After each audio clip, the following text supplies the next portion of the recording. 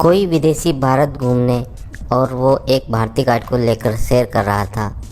अचानक उसने देखा कि रेलवे फाटक बंद था, लेकिन एक भारतीय कंधों पर साइकिल लिए रेलवे फाटक क्रॉस कर रहा था। उसने गाइड से पूछा कि ये आदमी क्या कर रहा है।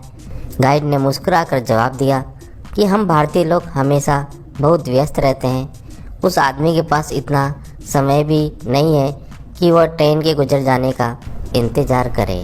वो आदमी अपना कीमती समय बचाने के लिए साइकिल को कंधे पर उठाए रेलवे फाटक क्रॉस कर रहा है।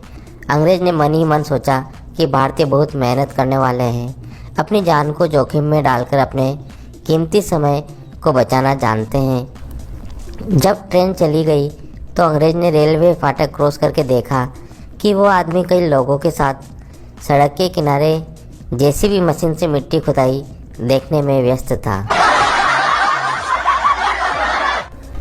हमारे गिरधारी काका अमेरिका गए। वहाँ उन्होंने देखा कि सड़क किनारे जूते पॉलिश करने वाली मशीन लगी है। लोग अपना एक पैर मशीन के अंदर रखते, मशीन जूता पॉलिश कर देती। फिर दूसरा पैर मशीन के अंदर रखते, दूसरा जूता भी पॉलिश हो जाता।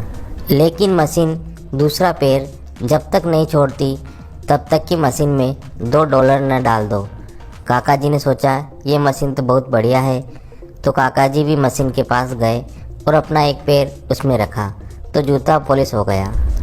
काका जी ने अपना पैर बाहर निकाल लिया और खुश होकर आगे चल दिए। फिर जैसे ही पॉलिश करने वाली दूसरी मशीन दिखाई दी तो काका ने दूसरा पैर उसमें रख दिया और पैर बाहर निकाल लिया और हो गई दोनों जूतों पर फ्री पॉलिश। सोनू डॉक्टर के पास गया और कहा, डॉक्टर साहब मैं बहुत परेशान हूँ। मैं जब भी बिस्तर पर लेटता हूँ तो मुझे लगता है कि बिस्तर के नीचे कोई बैठा है, और जब मैं बिस्तर के नीचे देखने जाता हूँ तो लगता है कि बिस्तर के ऊपर कोई बैठा है। बस नीचे ऊपर ही देखता रहता हूँ, रात भर सो नहीं पाता। मेरा इलाज कीजिए। डॉक्टर बोला, तुम्हारा इलाज लगभग 6 माह तक चलेगा और तुम्हें सप्ताह में 2 बार मेरे पास आना होगा और तुम पूरी तरह से ठीक हो जाओगे। सोनू ने पूछा, लेकिन डॉक्टर साहब आपकी फ़ीस कितनी होगी? डॉक्टर ने कहा, 300 रुपये हर बार जब भी तुम मेरे पास आओगे। सोनू के पास पैसे नहीं थे तो उसने फिर ठीक है आता हूँ बोलकर चला गया। लगभग 2 महीने बाद सोनू डॉक्टर को किसी मार्केट में घूमते हुए मिला। डॉक्टर ने पूछा, अरे भाई तुम क्लिनिक क्यों नहीं आए? सोनू ने कहा, इलाज कराने इसलिए नहीं आया कि 300 रुपये में इलाज कौन कराएगा, जबकि मेरे पड़ोसी ने मेरा पूरा इलाज सिर्फ 40 रुपये में कर दिया।